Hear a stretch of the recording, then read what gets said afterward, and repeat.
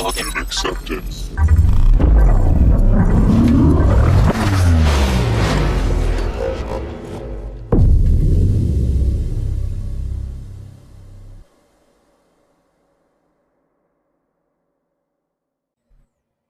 Hey, welcome to the tech capital of the world. My name's Bobby Dave, CEO and founder of Foundry.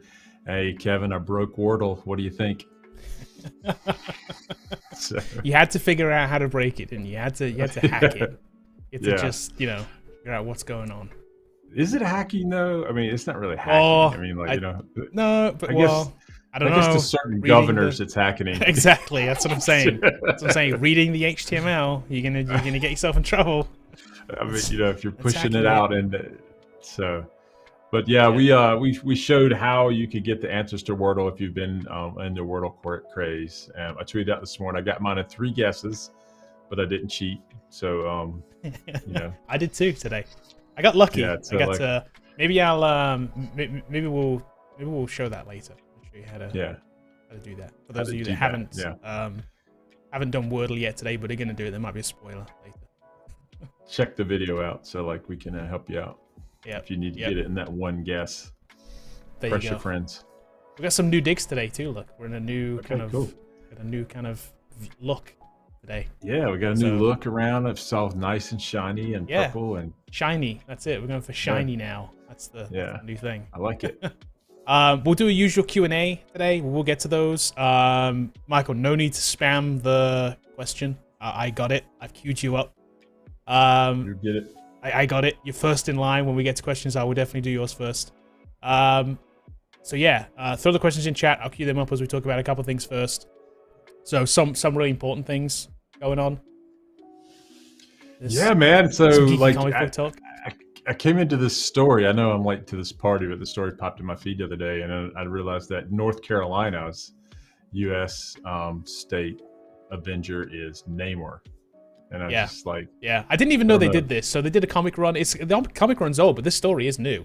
So I don't know why they started talking about it now. The comic run's back from 2017, but they did a 50 variant issue comic, like #1 US Avengers, and they assigned every state a Marvel hero, and we got Namor as ours, which is Namor is North Carolina.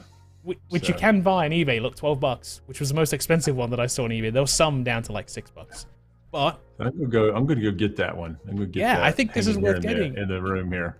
He's going to be a character in the MCU in the next Black Panther movie. So Namor stuff's gonna start going up again. And before people start, he's not the generic Aquaman. It's not. He came before Aquaman. I know that's what everyone's gonna say. He doesn't wear orange. He's not made fun of routinely. Exactly. He was. I know he's not Jason Momoa in the movies either, but he's. It's gonna be cool. Yeah, I think he's gonna be a good character. But he did come in the comics before Aquaman, so Namor is pre-Aquaman. They all copy Marvel. So Marvel rules. Yeah. But I thought it was funny, and the other one that I thought funny when we look at slides and we look through the different things is that Spider-Man isn't the U.S. Avenger for New York. Yeah, he's New Hampshire, man. New Hampshire. This was the list. Look, so hold on, let me see. Spider-Man here, Spider-Man got New Hampshire look, but Luke Cage got New York, which I get. Right. I mean, it makes sense, right? But if you just look at Luke Cage and Spider-Man, who's the most famous of the Spider-Man. Two? Come on, man. Spider-Man should get dibs in New York. That's no question. But what's he gonna swing on in New Hampshire? There's no buildings out there, so I don't know. Farms. But look, we got Namor, but at least we weren't South Carolina who got Marvel Boy. Marvel Boy. I don't know. It just seems like a lesser superhero. I don't know. It's a lesser, It just seems like a bad one. Yeah. It seems like the worst one to me, but I thought that was pretty funny. Yeah. We got a generic blue color, the blue comic cover. Yeah, I don't know what the difference in the covers were. I was like, is it something to do with the sides they were fighting on? I don't know. Is it something to do with, is it political? It's not. So I don't know what it is. Some got red covers. I didn't think about red and blue. Some got red covers. Some Namor's got blue a Democrat. That's what I'm saying. I don't know who got what, but it's not. It's not based on the states. Put it that way. So right. Yeah. So I don't know. I don't know what that is. All right. Cool. Let's see. All right, ask this question. If you want something burning and you need me to answer it, you need to know that Wordle guess. I can tell you what it is today. You know, if you need something, just put it in Super Shop. Which race of Pennsylvania has Doctor Strange? Yeah, you get a pretty good. Yeah, Pennsylvania. Yeah, he's pretty powerful. So I like Doctor Strange. We got Namor. Yeah. I guess he could protect us from a hurricane if something comes to the east coast of the. That'd be nice, wouldn't it? Protect the beaches, protect the Outer Bank. Oh, yeah. I tried to go on vacation last week, by the way, which is why we weren't. Which is why we weren't here. I tried to go on vacation twice last week. Right, twice I tried to go on vacation last week. I tried to go to Aruba. Right, I had an Aruba trip booked like for last week. I was like, yeah, this is gonna be awesome. Like chilling on the beach, this is gonna be great. No, like COVID destroyed the place. Yeah. So I'm like, I can't do that. So then I'm like, rebook for North Carolina. We'll go to the beach. It's a winter week. We'll go to the beach again. Nope, big storm came through, flooded the whole place. Like literally the house we were staying in, like I saw pictures afterwards, the house we were supposed to be staying in was like in the ocean. Like, right, yeah. I'm like, yeah, well, I'm glad I didn't take that. I'm glad I didn't go there because the car would have been submerged. I'm like, so I didn't go on vacation last week. I just ended up coming back. I know. So maybe at some point in the future. So that sucked, but yeah. That's my story for last week. So couple things. We keep talking about this a lot, Kevin. Like we need people to understand, like, you know, hey, the AR stuff's coming. All of these people are releasing glasses. I know people still disagree with me, but like you are witnessing the next screen shift. It's only a matter of time before the AR glasses come out. I think that's the hidden one Apple has.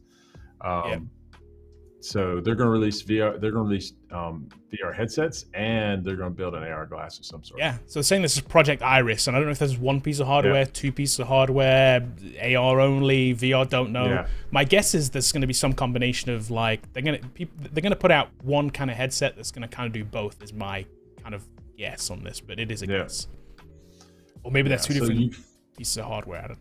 Yeah, so you got Facebook has projects, Microsoft has projects, Google has projects, Apple has projects, and I'm telling you, it's the next screen shift, and that's what you need. If you're already coding, just start looking into how Unity stuff is built, or maybe you can look at StereoKit. Yep, there's another if you want to hit this. All of it's going to be C# now. So this is that they targeted this. The rumors were 2023, 2024. So who knows? Who knows? Yeah. You know, they're building off like Google Glass technology they've already had. So, they're not starting from scratch, that's for sure. Yeah. So I think that's pretty exciting. I think the Apple announcement is exciting. The rumors are that the glasses like what I'm wearing will come out maybe the end of this year, something like that, and the AR headset. We'll see. Yeah, they built their own chips for a reason. Speaking of chips, yes, a big story from last week was this one. Intel building a $20 billion, which, by the way, the biggest chip facility in the world, building it in my old hometown of Columbus, Ohio. So maybe we can get just outside Columbus. Graphics cards now, I know it's not. Maybe. Yeah, maybe. I don't know if these are hopefully. So we'll see. They built they bought a giant piece of land in a suburb of Columbus. So they're saying that this $20 billion facility they're putting in and going to create a massive amount of jobs. It's a big deal. Big deal for Columbus for sure. Big deal for the US, period. Yeah, because it's backshoring the chip production. So if people don't know, like buying cars is kind of difficult because it's impossible. They still can't get chips. They can't get chips. Graphics cards are still delayed. I mean, the 3090 or whatever that thing was called just got pushed back. I mean, so there's a lot of reasons that this should exist in the U.S. To keep the supply chain going. So that's good news. Yeah, this latest thing is that we haven't seen anything like this ever in our lifetimes for supply shortages of technology. And it all comes down to these chips. Like you can't get this because everything takes a chip now. So your refrigerator needs a chip. Your microwave, it's like everything's smart these days. So your cars do. I mean, my wife's trying to get a car now. We're on like a 4-month waiting list. Like a car. You just can't we're not buying anything special. It's not like I haven't ordered a Ferrari. You know what I mean? It's not. It's a regular car. Like a Ferrari and Foundry orange. You're getting a one-off. It's a one-off. Yeah, it's not that. It's just a regular car. There was like 90. I think she was 96th on a wait list. 96th on a wait list. for a car. It's like 4 months backlog, which tells you they're not getting a lot in either. By the way, when that number's less than 100, but there's still a 4-month wait list. It's like, what are you getting, 25 a month? Like that seems just nuts. They can't make them. They just, so it's kind of crazy. So crazy. So yeah, that was kind of cool. And then one thing, the last story before we get some questions here. One more thing was this, which because we weren't here last week to talk about it. But yeah, kind of a big deal. Kind of a big deal in our sphere for sure, being gamers and both being Microsoft fans. And they say that this can play a key role in their metaverse platform. So that's what he said.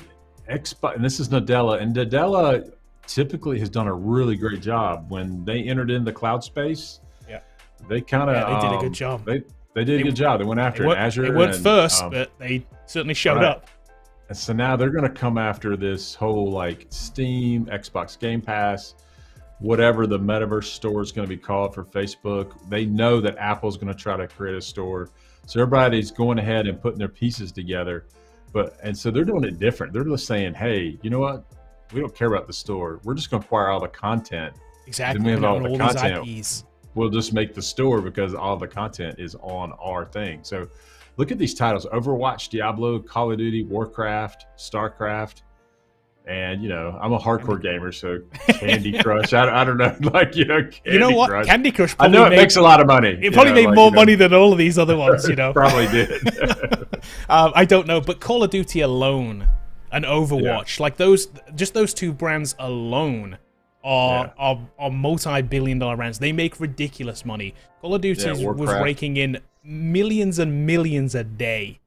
It's nuts, and it does need an overhaul. So what happens here is this pits like Microsoft against Sony, right, in the gaming realm. So Sony's had this like you can have a subscription platform. They give you like 2 or 3 games free a month or whatever it is. Xbox has Game Pass, man. It is a totally different thing. It is you can play these games on demand. They even have it even better now with cloud gaming, which works amazingly. You don't have to download the games anymore. I played Hitman 3, right, over the weekend, and it runs instantly. You're on your Xbox, you're like, oh, I want to try that out. I don't want to download it. I just want to play it on the cloud. And you just play it on the cloud seamlessly within 30 seconds. Nice. Adding all these kind of games to that too, crazy. We're going to see a lot more great content. It's going to be a great time to be an Xbox owner, I'll tell you that. Yeah, I played Hitman. I'm such a completist. I end up like trying to do everything on the first map. I just play it for a You're like trying to kill the guy with the pick from 25 feet away. Yeah, exactly. Trying to drop the chandelier on him or something, Right. So. There's always one way, and you look at it and you're like, how am I supposed to do that? How am I supposed to get the disguise it wants me to put on? Like, I don't understand. Yeah, it's a fun game though. It is a fun game. All right, cool. Let's see what the burning questions are. There's a lot of questions coming up, so super chats if you got something important. Yeah, let's see. Just this real quick. What about indie games? Indie games always have a place. Don't forget, they have a place right now on Steam. Yeah. You can put an indie game on there right now. They have a place. I think that's fine. I don't know what Xbox Game Pass's indie game story is gonna be, but right now Steam is the best place to publish your indie game. I think right now if you're building one. Yeah, I think so too. Easiest to get on. Yep.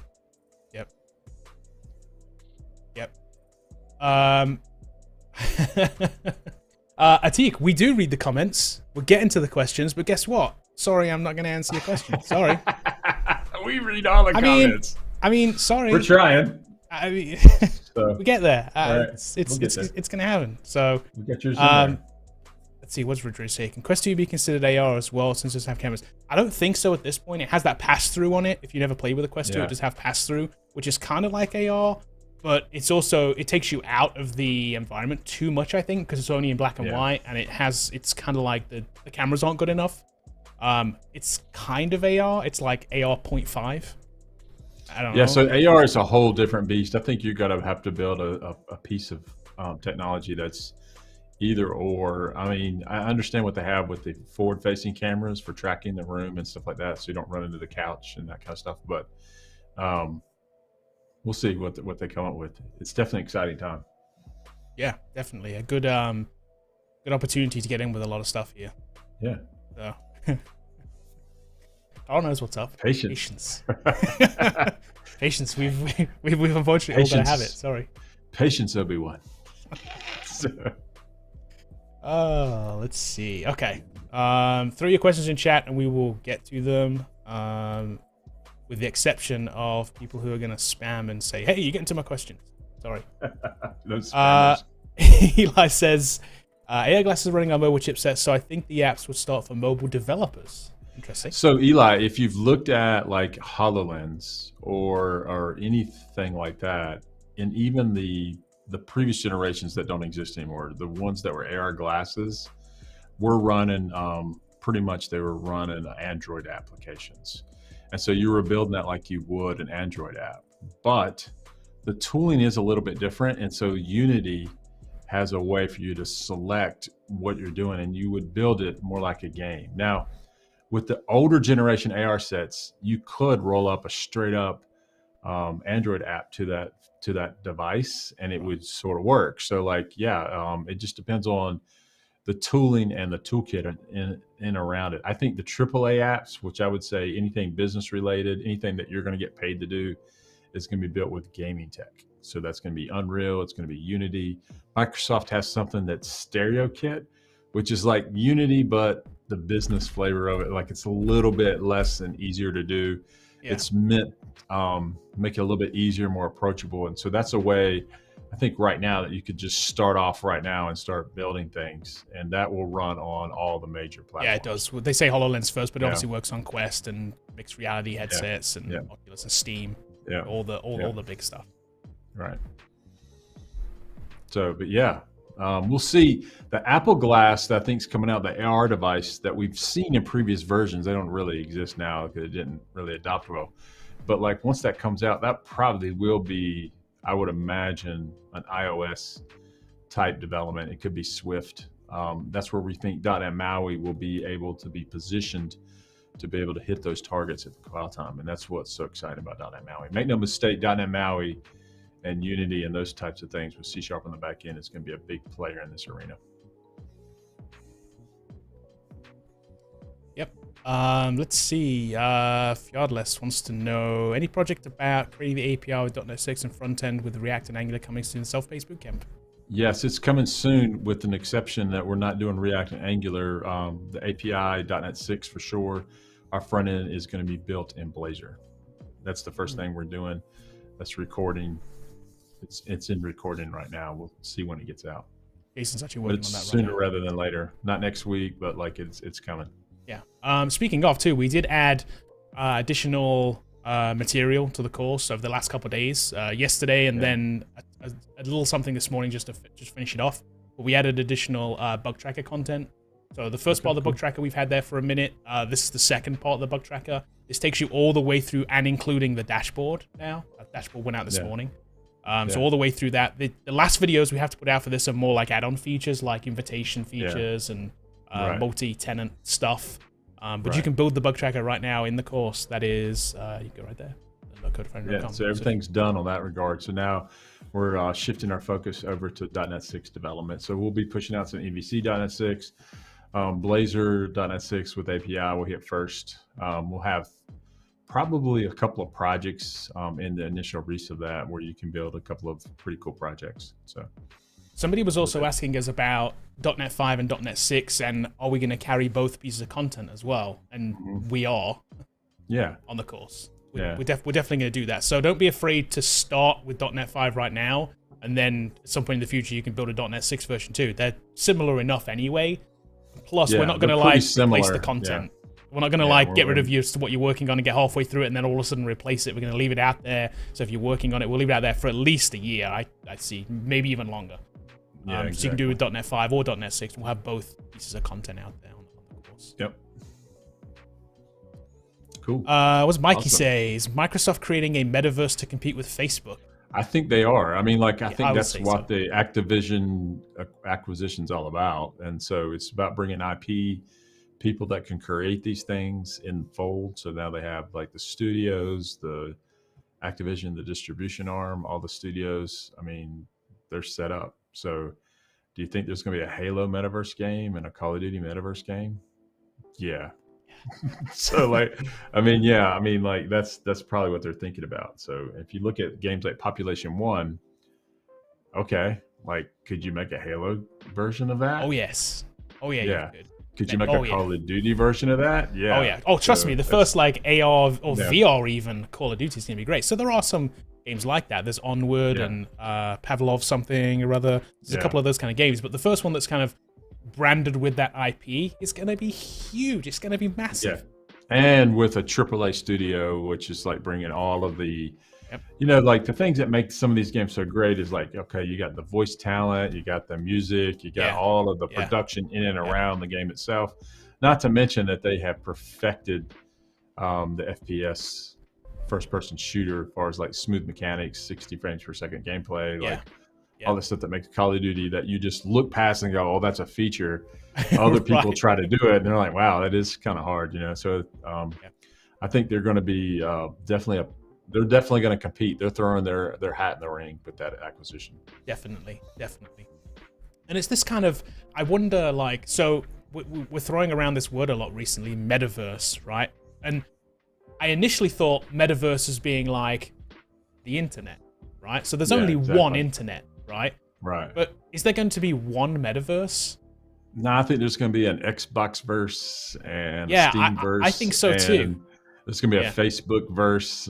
Meta, and then eventually they'll build them all out, and then it'll coalesce into like. But the thing is, like, how is it seamless? That's the thing, right? Like, how is it your like seamless experience? Do I like walk into a room to chat with somebody, and then do I go play like Call of Duty within the same environment? How does what's the glue that kind of holds that all together, right? Right now in gaming we have launchers, so like we have the Steam launcher, and then you have like the Xbox Game Pass launcher. All these people have their own launchers. That's true, but underneath you'll probably end up playing in one of those. That's true, but underneath that, we're all running an OS, so we're running Windows to do those. So it's like, what's that layer like behind? I don't know if that's a thing. I think but I agree. I think there's going to be multiple metaverses, and everyone's going to have that kind of brand of metaverse. I don't think it's not a singular place. I think I see a lot of people talking about it as being a singular place, and I'm not sure that's the case. It's just a term, I think, that's showing us what the screen shift's going to be, and they've branded it just like Web3, but like it's in and around some technology that we're going to write. At least early on, it's going to be very fragmented, a lot of big players, same players, you know. So and Apple's going to make a store, that's for sure. They're going to try. But there's also going to be a place. Here's the thing. I think there's also a place for indie stuff in this space as well. Like the big players are obviously trying to get in, and they're trying to dominate it. I mean, Facebook changed their name to Meta. Trust me, they want to own this thing. They want to own the name so that when we say the word metaverse, we instantly think of Facebook and Meta, right? They want to own that. But I think early on, especially, I think there's room for people to create the killer application that isn't Google or Facebook or Apple or Microsoft. Yeah. We'll see. I think so. There's opportunities. See, Ice Cream says, what should I learn if I want to get into blockchain?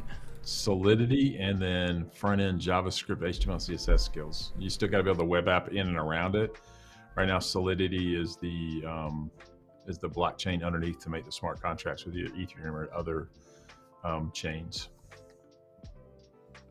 I think there's this. I hope that helps. There's this strange thing about blockchain and Web3 that people are like, oh, I'm going to become a Web3 developer. Well, are you a Web 2 developer? Like, no. Well, you got to learn the Web 2 stuff first. Yeah. I think people don't realize it's an add-on. It's something you need to do in addition to. So you still got to learn HTML, CSS, and JavaScript. But Solidity is the blockchain specific thing right now, I think, is what you need to do. How to create those contracts. Yep. Let's see. Nokibul, I hope I'm pronouncing that correctly. Nokibul says, how do I get better as a Django developer? I started with a tutorial, finished it. I have a good understanding of Django, but I still have to search how to create blank for everything. How does one get better? Good question. Just keep coding. So try to take the tutorial, see if you can build it, see if you can add a feature to it. But like you're gonna be Googling for quite a while, maybe 5 years. The question is, it's okay. So the question is, can you build it regardless of how you get there? I mean, that's what you want to do. And so a lot of people start out with the goal of, I got to memorize everything, how to do it. And you don't. I have multiple tabs open every day. And that can be things like looking up specifics in Bootstrap, or looking up something in JavaScript, or looking something in C#. So just don't come to the realization that you think that I do everything from scratch, or people like me do everything from scratch, and we never have to look at documentation or anything. We do it all the time. We don't memorize this stuff. We just know what we need to do. And therefore, if something is outside of our short-term memory, we can go Google, how do you do that? And then we incorporate that back into our application. So just keep coding. Just keep doing it. You'll get better. There you go. I think just redoing it as well is the key. Yeah. See if you can do it without the tutorial and remember the basics of like, what do I need to do? And then actually being okay with the fact that you are going to have that. Don't feel like an imposter if you have to like look up how to create something. That's totally okay. I mean, what? Of course. Why would you just remember it? It's kind of pointless. Like, that's okay. And know that everybody else does it too. Don't feel like an imposter over that. yeah, important stuff. Let's see. What's up next? What does Mikey say? Mikey say maybe we need a Tremor Liquid Player one for AR VR. I think that will be a thing. I mean, we joke about that, but those things do exist. They already have those. The real versions of that do. People have played with those. Yeah, there's VR stuff. So. Haptic feedback suits in Ready Player One is a real thing. That's not even science fiction. So those things go all over. You can wear it like a wetsuit. They already have multiple kinds of treadmills that they have in Ready Player One that already exists. So they're working on that. Whether we have them at home, I don't know. Probably. Yeah. My instinct says no. Maybe suits, maybe gloves. I don't know. Maybe that's a thing. But I think the ultimate game would be something like if you took like a common day game like today, like laser tag, and then you go to a place where the scene is set and it's real. The scenery is real. But you have a pair of AR glasses that brings in your enemies, and then you're actually running and jumping and doing all that kind of stuff. But you're also playing, and then haptic feedback can register your hits, so you get the thrill of Call of Duty live. I think that's the next thing. So if you go to like Disney World or Universal Studios, and you've played, for me, I don't know, there's a Men in Black game, which I have maxed the Men in Black game. Yeah.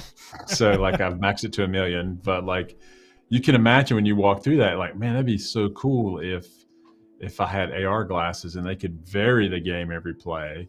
By using AI and things like that. It would just be a lot cooler experience than you can memorize where every one of the pop-ups are. And that's, so we and the kids, we played Men in Black, and we were at Universal over the winter one time, and there was no one there. And we just had that fast pass, and I bet you we played that game. We kept walking, and we probably played it 50 times that day. It was so fun. That's funny. That's funny. Let's see. Hey, Alex is here. What's up, Alex? Alex, we need to do we'll do a portfolio review thing at some point. Hit me up so you can come on and we can do that. Because that'd be kind of cool. The next one we do, we'll see if you can make it on, because that'd be neat. Cool. Yeah. Let's see. Atik wants to know, can I learn Python after learning JavaScript? Sure. Yeah. So that's fine. So if you want to use Python to build websites, you can. Python's also used in data science, so you can always remember, what am I trying to build, and then learn the technique in and around that. So learning to code without context can lead to longer times of being able to break in. So like if you're going to pick up Python, know what you're trying to build with it, and then build it out with the appropriate frameworks and things like that. But yeah, you can learn it after JavaScript for sure. Yep. Let's see. Retro Rob says we're a Foundry, so we should be able to build a car. It's kind of funny because having the Foundry name, we do get the odd email here and there, don't we? It's just like, buy this die-cast like Foundry machine. Like we're not that kind of Foundry. Yeah, I've had a phone call where the guy wanted me to melt some metal for him. He had a lot of steel that he wanted me to do. I'm like, did y'all look at our website? Yeah, that's not something we can do. Sorry. But that would be cool. We should be able to build a car. We can build coders, though. We can construct coders. That's what we build. That's something we can do. Let's see. Forrest is here taking a break from Austin Coding Academy. Nice. I'm not familiar with it, but I'm guessing that's a bootcamp. Yeah, Texas which is awesome. Cool, good stuff. Yeah, I'm guessing it's in Austin. Yeah. What's up, Forrest? How you doing? He did say cheers though, so he could be European, so it could be Austin somewhere else. It could be. I don't know. Maybe. So Originator said, with .NET Core being long-term support every other year, is there a strategy for picking which one to use each year comes around? Good question. So I think you're gonna have to like learn the new stuff every year, like, and pick it up as you go from year to year to see kind of what's changing. So we'll start seeing more about .NET 7 here in the summer. Like, how does it impact web? How's it going to impact desktop? Obviously, Maui's going to come out in the middle of this. So there's a lot of things to do. Now, what long-term support means for a company is that they will support that version of the framework, you know, for a number of years, whereas .NET 7 isn't supported for the number of years. So if you adopt 7, you probably want to move it to 8, those kind of things. So it doesn't mean that companies won't adopt the in-between releases. It just gives the company that does pick .NET 6, you're like, okay, we can stay on this for a minute while we get our app built and make sure that we know what we're doing with our applications and our business stuff. So it could be a strategy where you'll see a lot of .NET 6 projects and it won't change over. But I would still, as a coder, if .NET 7 comes out, I'm going to learn what is that and what's about it. What are the changes? Especially if I'm doing web, I want to know about the web changes. If I'm doing desktop, I want to know about the desktop changes. So whatever's coming around. Right, because chances are that stuff's also going to carry over into 8 too, right? So you're gonna, if you're doing long-term support, it's going to build on top of it. So you're right, you're going to kind of have to know it. Yeah. Ultimately, so I think it's every year, man. You know, but like, don't let it stress you. You know, you can just start reading about it and seeing what the differences are, what the breaking changes are, like, you know, what I have to do to convert over to it. So. Okay, Dominic wants to know, any thoughts on getting into HTML email development? HTML and CSS? I think it's fine. I mean, like, I think we've had people leave Coder Foundry and that's what they did as a job. They get paid. There's definitely jobs out there.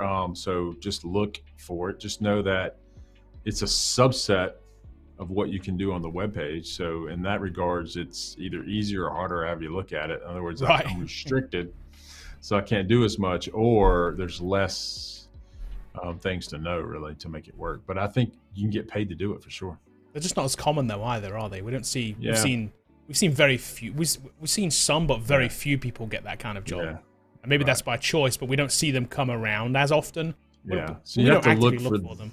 Yeah, you look for that job, and then you can see what's available in around your area. You know, so if I was getting into HTML email development, I would also learn about like one of the big APIs, like MailChimp API. I would add that to what I'm doing, so that we can learn how to build campaigns and that kind of stuff where they're rolling it out. Maybe even the Constant Contact API, which I think is horrible, but people use it. But the MailChimp API is definitely something to learn if you're going to get into that. It's not hard. It's just something you need to know. Right. Let's see. We'll say. Have you guys seen the voice command self-transforming Optimus Prime? Already collectibles the next thing I do. We only collect monkey faces in the future. Is that the thing? Like, physical collections are now dead because of NFTs? Is that now the thing? It's kind of crazy. I will say, like, the whole NFT thing, it's kind of like blown up in a way that I'm kind of out on it at the minute. I actually blocked NFT on Twitter because I got sick of seeing it. While I like the technology, I just don't like its implementation at the minute. I think it's dumb. Yeah, I mean, but that's just me. So like, you know, I go back and forth if you follow me on Twitter with some people that are like super anti-NFT. I'm not anti-NFT. I think it's a bubble. I'm never gonna buy a gorilla picture.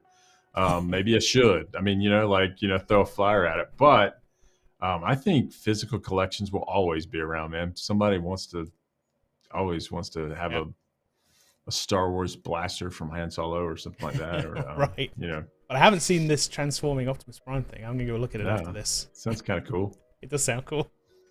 Yeah. Somebody says you sound like you're not feeling well. Elon says, your boss 5-3 hours. I just got a little allergy in my throat today, so my voice is allergies froggy. have been weird for me too recently. I thought it was like winter. Why am I feeling like allergies? Like it's weird. Yeah, I've I recorded a video yesterday, and you heard it. You know, it's like I was trying to throat a couple of times. Exactly. I had to edit you out coughing in that video. But yeah, I'm okay. I'm fine. Yeah. Yeah. Let's see. A question. Oh, good question. Is doing clones for websites that already exist a good practice or not? And is it going to add value to your portfolio? Two very different questions. Yeah. So the popular one that's out there right now is like the Linktree clones. I know the guys that are in our space are creating those. Yep. Several of them, Cody Faze made one, Danny Thompson made one. So like, they're pretty cool. I mean, like, but if you're going to be hired to build applications, build apps. So I think cloning a website can teach you a lot about how things are laid out and how does it all work. So I don't think it's not bad. I mean, a lot of Wordle clones have come out, very few good ones, but like. But it's a good exercise in building something. Yeah. I think Wordle is deceptively simple until you start like looking at how to build it and you're like, oh. Yeah. Okay. Yeah. You're like, I just throw a word at the thing and it tells me, like, hold on a minute. No, it's not quite that. Yeah. It's down to the letter. It's not a word. It's a series of letters. It's a little bit more complex. You know, and then the animations are cool. And then you look at the tweet out functionality. You're like, how did he do that? Like, what's he doing there? So like, he's making an image on the fly. What is he doing? So like, there's a lot to it. So like, but I think building clones is fine. But I would want you to get your own finished published app as well. I think those two things can really do wonders for it. Just back to the email dev thing. So that Clara says, yes, Coding Phase has a whole bunch of stuff on the email dev stuff. He's big into the email dev stuff. So that is something that you want to look at. Yeah, go look at his channel. He has a ton of stuff on there about getting into that. Yeah. And so is there lots of jobs? I haven't really looked, but there are jobs because we've had people come out and that's what they're doing. Yeah. And it doesn't pay minimum wage. It pays pretty well. It pays decent money for what you're doing. So like, and it's actually fairly easy to do, I think. I think most people could learn. I think. Oh, I don't know. We get kind of too close to it, don't we? Because like once you understand the basics of things, it's like, well, anybody can learn that. Whether they can or not, I don't really know. It seems simple once you know it. Maybe it's not simple to somebody who isn't sort of in it. Right. I don't know, but I think it's more attainable than a full stack dev is. It's definitely more attainable for sure. Yeah. Johnny says, "Why FizzBuzz still out of stock?" It's actually going to be forever out of stock, I think, at this point. I don't know. Maybe one day I'll get around and get some more of it. Maybe. So, but at this point, it's low. More about like it's not really about the money thing. It was more about like the shipping thing. So like, I don't think it made any money. I think we paid as much for it as we sold it. At the end of the day, it didn't make money. It was fun to do. They tasted really good. They were kind of cool. We may bring it back. I don't know. I mean, it'd be kind of cool to bring it back. They're a good desk toy. I don't actually have one. Yeah. I don't have one actually. Yeah, I've got I have one on my. I think there's one on my desk at the office. I just don't have one here. FizzBuzz can. There you go. So it's like, I got to bring it back here to get it in focus. Yeah. There you go. I can't. It's gonna be out of focus. There you go. There you go. FizzBuzz can. So they are cool. I mean, I get it, but yeah. We certainly didn't make a bunch of money selling them. We had to ship them out. And then shipping them was just like, Kevin's like, hey, you got to order and you need to go put those boxes together, Yeah. Like, okay. Which when I was in the office, I would take care of them, but I was like, hey, you got a FizzBuzz order and you got to go take care of that. Sorry. Like, I don't want to do that. Like, I don't want to stop. Yeah, I don't want to be packing stuff. Like, so I'm back there with the peanuts and the tape and like, what am I doing? Yeah. So anybody that ever received those, by the way, chances are, anybody that ever ordered those, chances are Bobby or myself packed it. Like, there's not we don't have a team of people here packing up like FizzBuzz. Like a warehouse, So. Exactly, yeah. It was one of us doing it in the office next to mine. That's where it happened. Let's see. Originally has some advice about the clone thing too. If you make a clone, make it your own, actually make it work. The video service clone, then rebrand as home service or funny videos. Make sure you have the videos on there. Yeah. Yes, I agree with that. Make it 100%. Work. Totally agree. Yeah, it has to work. Yeah, if you kind of click around and it doesn't do anything, it's like, it's kind of. If you make a Netflix clone without any videos or movies or whatever, then it looks weird. Yeah. Yep. Definitely. Let me see. I'll just add more questions here. Let's get the next one. Let's see. That one go? Yeah. Malik says, I want to transition being a bachelor software engineer to masters in cybersecurity. What do you think? That's fine. I mean, I think both careers will be great. You just go back to school and get your master's in cyber, and then go work for companies that need perimeter security. And there's definitely a future there. I know a bunch of people that within the last sort of 10 years have gotten into cybersecurity. Yeah, and there's some good. A lot of times you have to code a little bit too. You do. Yep, you do. Yeah, you got to write some scripts and look at logs and. Yep. I think it's a lot of looking at logs. I know a bunch of people in cybersecurity at banks, and they pay well. Trust me, they pay six-figure salaries. So definitely achievable, something you can do for sure. Yep. Next question. Mahmood, when this comes up, says, "Do you think Flutter is a good technology to specialize in 2022?" If you're going to build mobile apps, I think it's one of the 3 cross-platform apps out there. So yeah, I think it's good. So if you're going to go after mobile apps and you're going to build iOS and Android apps, Flutter's great. There's React Native, and then there's going to be .NET MAUI. So that's the 3 big ones out there. You know, oddly enough, Google, Facebook, Microsoft. Apple only has Swift, so they only build one side of the equation. I think if I was going to learn one and only know one, I would pick one that can do cross-platform. It is interesting. Android and iOS. They're very much relying on their kind of their walled garden mentality when it comes to that, which is very Apple of them, right? It's like, you know. I'm just surprised they still hold on to it. Like, it's got to be that Swift will come down, because most people are figuring out, like, man, I don't need 2 dev teams. I can just do this with these cross-platform things. And they've really come of age to where you can't tell how that iOS app was built. So right. It's really good. Yep. Pritesh wants to know, is problem solving on LeetCode Codeforce essential to getting a web developer? I don't think it is at all, but we talk about this a lot. I'm just going to go by your name, Pritish Campbell. If you're in Asia, over that part of the world, it may be more important that it is here than in the US. Yeah. So when you ask a US developer like LeetCode, what's that? So whereas HackerRank may be more important in India or Korea or China, and so we can't speak to all of those countries to see what's important. So whatever's important to the hiring managers and however the process is what you need to do in your area. In the US, portfolios, projects are way more important than LeetCode is. But I have seen some CoderByte tests, HackerRanks. I've seen some of that, but like people in general, when you look at LinkedIn and Twitter, they hate that. They hate those things anyway. And so right. Companies have to balance like what they want to do to find new people versus the stigma being attached to having what a lot of people think LeetCode is just dumb. I mean, like, in other words, like, oh, so you can answer that. Can you build a website? Well, I haven't got around to learning Bootstrap yet. I mean, it's like, well, you know, and then when Microsoft and people make fun of it, you say, how do you reverse a binary tree? And he says, do you reverse a lot of binary trees during the day? Yeah, I think that's what it comes down to, isn't it? The Scott Hanselman quote. So you reverse a binary trees today. So like, it's like, and they're like, no, we build websites. And we're like, well, wouldn't you ask me about website building stuff? So I think the interview things that are coming in and around, especially in the US, is changing.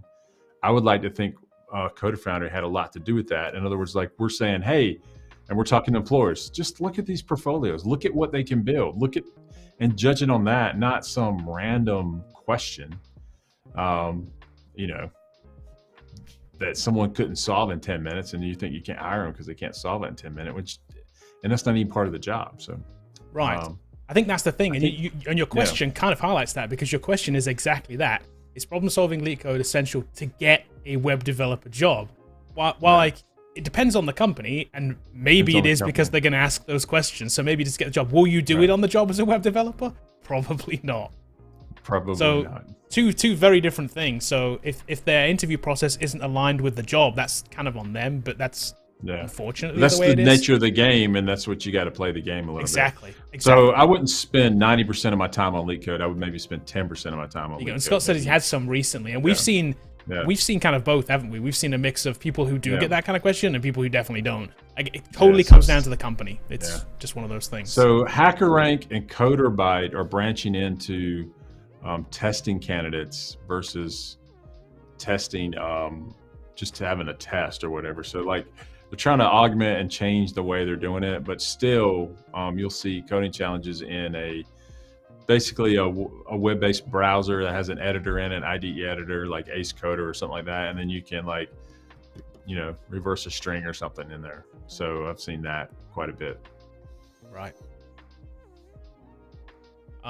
Just to clarify, or says this, you guys definitely are too close to it. You take for granted when you're doing these things forever, but from a fresh eyes perspective, email development is not easy but attainable, and that is my feeling about that too. I do recognize that's the case. Yeah, and I would say that probably if someone handed me an email thing right now, I would probably like, I'd have to like look around and say, okay, what are the best practices around this thing? Because I would probably overthink it, over engineer it. Like, you know, like let's get a framework in here, and you're like, no, frameworks don't run in emails. And I'm like, oh, okay, so what can I do? What can I do? Exactly. What can I do? You've got that's the thing. You've got to pull back your skill set almost to be like, I know how to do these things, and I can do. Oh yeah, but I can't do that. I can't use this. Here's what I will say, Clara. If you're sitting out there, and let's say that you're working in a job that you don't like, and I'm not making fun of it. Let's say you're working in a fast food restaurant and you're like, okay, I really don't like the work. It's multiple shifts. I'm on my feet all day.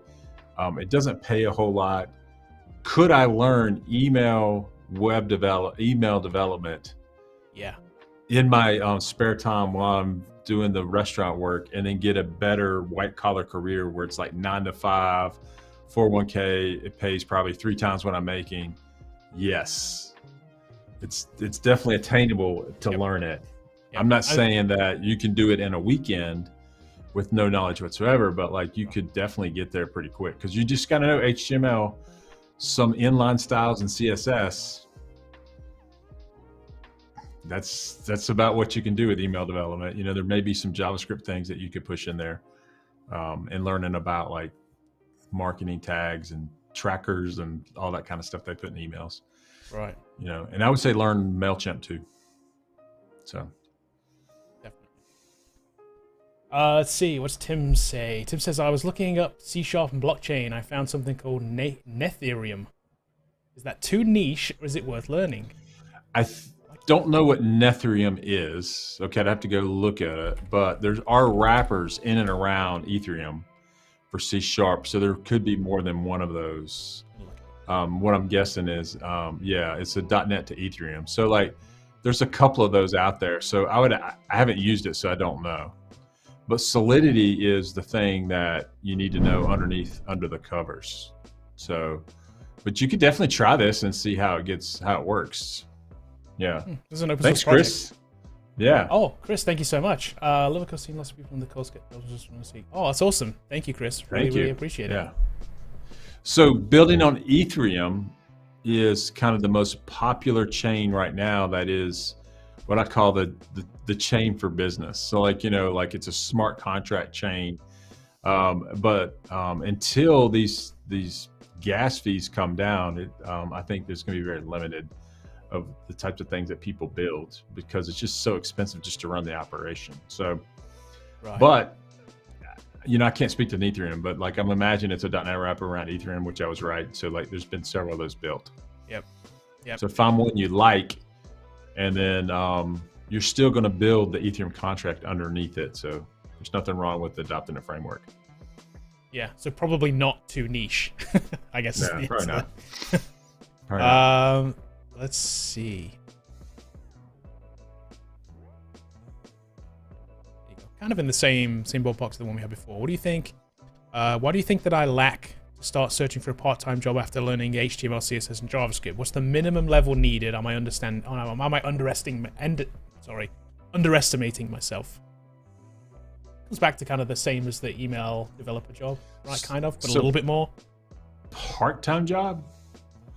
Oh, part-time. So like I don't know if you can, like I don't know. It's typically they're going after full-time work. So I don't really know about part-time jobs in this niche. But if you're going HTML, CSS, and JavaScript, you're basically putting yourself in the classification of front-end developer. So like you're going to need to know, in addition to that, probably Bootstrap.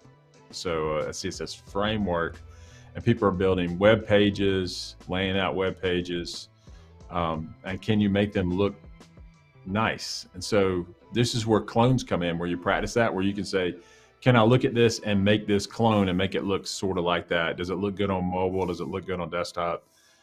Is it responsive, in other words? And then JavaScript is typically calling other third-party API sources. So you need to know the fetch API and things like that, how to manipulate the DOM with JavaScript.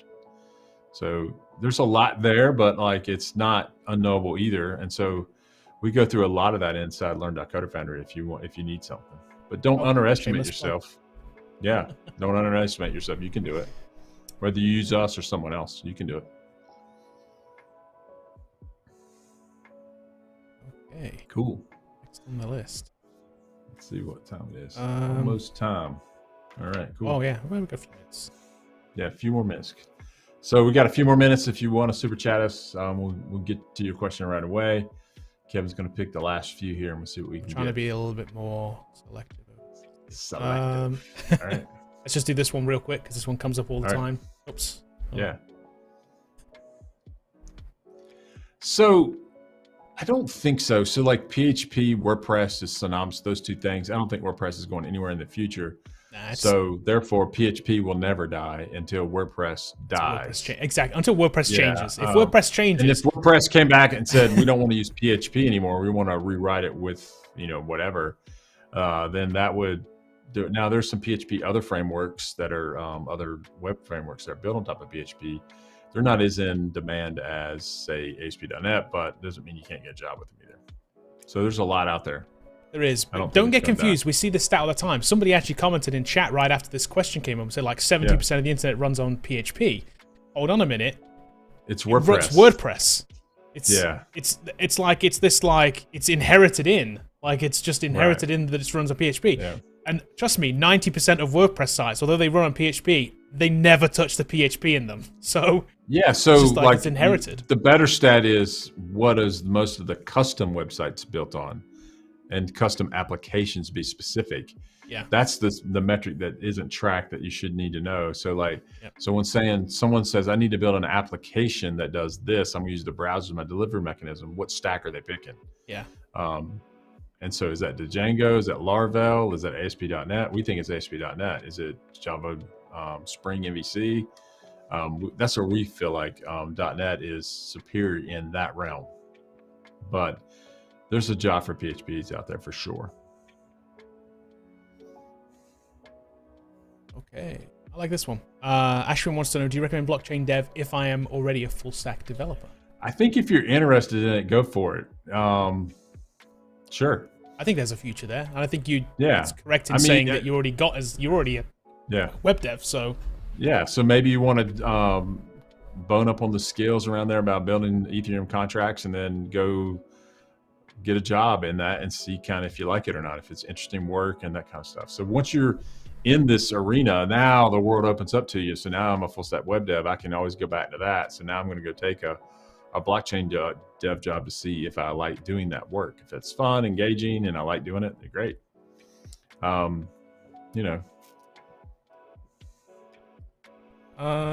we go. Let's see. A question we don't actually get very often. This is kind of a different kind of take on age here. So is a mid-career still normal after mid-30s to 40s? I've stayed current, but I'm definitely feeling it in my last few roles. So I'm smiling because we all reached that point to where we don't want to learn the next thing. And so, and I know that some people do.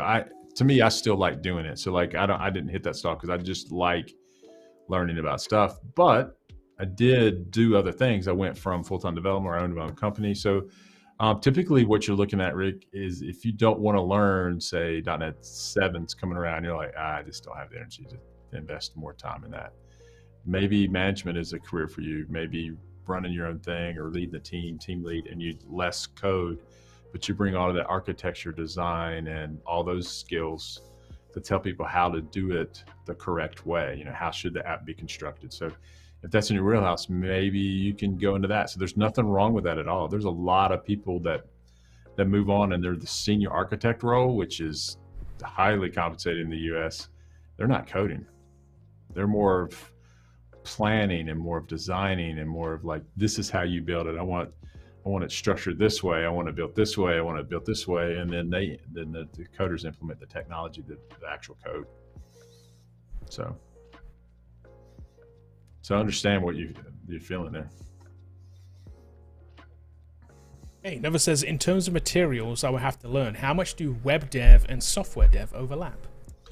So in the US, so like, I think there's this software dev title that we don't really recognize here in the US. Like so web development tells us, what are we building? Web development. Software dev says I'm building software. Yeah. Well, that could be web, it could be desktop. So typically what you need to be thinking about is, am I building a web development? I'm building something on the desktop, or I'm building something in mobile, or I'm building like a game. And then you can see kind of those have very distinct stacks in each arena that they do overlap, but typically around the UI part of it, I build a website with HTML. I'm going to build something on the desktop in another kind of design language, and in my mobile, it's another kind of design language. In my game, I have even a different design language for the front end, but the back end could be very similar if you use something like C# or back end JavaScript or Java. Yeah, it's like while the logic parts may overlap and some of the syntax parts may overlap, it's like the tools are definitely different, aren't they? The frameworks the tooling's going to be different. The frameworks are different. What you can do is different because you're targeting something different. So I hope that helps. Another interesting question, if we have a take on this, actually, the difference between coding and programming. To me, nothing. But like, I'm sure there's someone that has like a maybe I should tweet that out and just see if I can start. There you go. Start a war. There you go. We'll tweet out that question, Ricky. Follow us on Twitter. We'll take a look because maybe you get a better answer. So like, I'm sure it's going to be your script kiddie if you're coding. You're changing the world if you're programming. That's it. Yeah, you're inventing the wheel if you're programming. Yeah, you just someone's going to insult some other guy and whatever it is.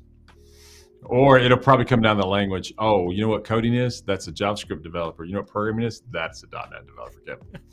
There's a big difference. Oh, let's not go there. We'll start a JavaScript. Start a war. It's like coding's HTML. Programming. That's a whole different thing. Patricio, I like this question too. Are there differences to think about when it comes to relational databases and non-relational databases for personal projects? Yeah, they're different technologies. So like you got to figure out how to do something like a NoSQL database, and they're different, totally different. Is there like a design decision around that? Yeah, it's different. It's completely different. Okay. So like, you gotta like, if you're going to store it in a Mongo or whatever it is, you got to know how that kind of works. And if you're going to store it in something like SQL, then you got to know how to design your tables and your relations and interrelations and your joins and all that stuff. Okay. So I guess another question here then, if it's a personal project, and I guess as a personal project, maybe this is an assumption, but you're never going to be dealing with that much data. Maybe that's the wrong assumption, I don't know. But I would say generally you're not dealing with that much data. So does that really matter? Does that play into it? If you're a business, it matters, right? Yes, no, there's a lot of businesses that do it on the NoSQL databases way. Okay. It's just two ways of doing the same thing. Oh, okay. So what I would say is business is primarily still relational databases. So when you present your project and say, hey, what's your backend database? And if that's not a SQL relational database, they could look down on it and go, oh yeah, you're using that document stuff. Yeah, I don't know if I like that. Okay. So you could do both. So there you go. Yeah, maybe that's the thing. Maybe try building it with both. See what the difference is. I like this definition. Coding is fun, programming is what it's work. Hey, that's about as good a definition as I've seen. I like that one. I like it. What are you doing? You like your coding? What are you supposed to be programming? Like, what are you? That's right. Get that programming. I'm paying you to program, not to code. What are you doing? Okay, let's do one more for the road here. Let's do. Yeah, if you want to follow me on Twitter, I'm going to tweet that out right now, and you guys can put your answers in. I like it. What is the difference? We'll see what kind of answers we get there. Maybe we'll talk about it on Thursday. Yeah, we'll see what we got. Get our last question while I'm tweeting this out here. Yeah. We're gonna do this one from Aniket. So how do you decide which JS framework to choose while developing an application? What factors determine choice? I think there's 2 JS frameworks. 2 that you would recommend. Yeah, React and Angular. And then if you don't want a non-JS framework, there's Blazor, which is totally different WebAssembly. So I would pick the one that gets me the most job opportunities in where I live. That's how I would decide. That makes sense. That's what I would do. Ridgeway says coding is Kevin, programming is Boy. That's probably true. Hey, I could code a button. That's it, man. He can do it. I can code a button I can code a button that pops up something on the screen or something like that. Yeah. I'm leet. What are you talking about? I'm leet. See, I've got the lingo and everything. I've watched Hackers. Yeah, that's it. That is a requirement to be a coder. I understand. Is to actually watch and understand Hackers. Yeah. Let's do this real quick, just to finish us off. We're a couple minutes over. We're thinking about law school versus coding as a mature age guy. Do you think ageism is a problem? Well, here's what I think. I think that you're going to have to always justify everything you have. So is ageism a problem? Maybe it is. Can you change your age? No. The question is, do you want to be a software developer or not? Or do you want to go to law school? The choice is, what do you want to do? And then you're going to do the things necessarily to break into that thing. So is someone going to hire you strictly because you're 52 and they're not going to hire you because you're 52 years old? No. They're not going to hire you because you can't prove that you can do the work. Right. So if you come across, and when you're interviewing at an older age and you're not really talking about what you're doing and you really don't show expertise, they're not going to hire you. You're going to assume that you've aged out. So it's like, when your dad starts trying to use lingo and he doesn't really use it right, so like, it's like, Dad, just don't say that, but so what we have to do is be able to communicate regardless of our age at a professional level and then show the projects necessary to get a job. Law school, you got to go past the bar and do whatever you're going to do. Go to a law firm, chase parking tickets. I don't know what you do as a lawyer, but it's way more work. Trust me, And trust me, I know some lawyers that aren't. So they have a law degree. They're not practicing lawyers. They work in financial areas that don't get paid near as much as a lot of developers. Yeah, exactly. I'll say that. So and they have crippling college debt, whereas the developers that I know don't. So there's that difference too. It's like one of them definitely costs a lot more than the other. I'll tell you that. Yeah, and then I think time to market in the coding world is quicker than it would be for a law degree. Yep. You got to pass the bar and all that kind of stuff. So yep. It has prestige. I get that. Yeah. But it's often this strange prestige that it doesn't quite pan out the way that you think it does. Whereas low level, we've talked about this before. Whereas like if you can just get in as a developer, even a low level developer does well. A low level lawyer, not as much. Like it's it's like that. We talked about that with the sports analogy before. Like a low level sports star doesn't make a lot of money. Yeah, the high level one makes millions, but the high level coder makes even more. If you can talk about that, it's like look, Zuckerberg made more than any. Yeah, he can own star, the NBA teams. Yeah, exactly. If they sell him one, Exactly. So it's a choice. Somebody also asked why you don't recommend Vue, by the way, just to round us off. Oh, I Vue's fine too. I mean, that's another one of those 3 that are out there. It's just that Vue it's less used, so it's not as popular. It doesn't mean it's bad. It's cool. I mean, like there's some so there's 3 of them now. If you want to pick all 3, I just think you'll have more opportunities with React and Angular. But if Vue strikes your fancy, check it out. It's kind of cool. Cool. Well, thank you everybody for hanging out. We appreciate it. Thank you. We'll be back on Thursday. Let's go get some tacos, Kevin. We are. Thank you, Chris, for sponsoring the stream today. We appreciate it. Yeah, he's sponsoring the tacos, so I appreciate it, Chris. yeah, we'll be back on Thursday. We'll do this again. Good luck. Keep coding, guys. See ya.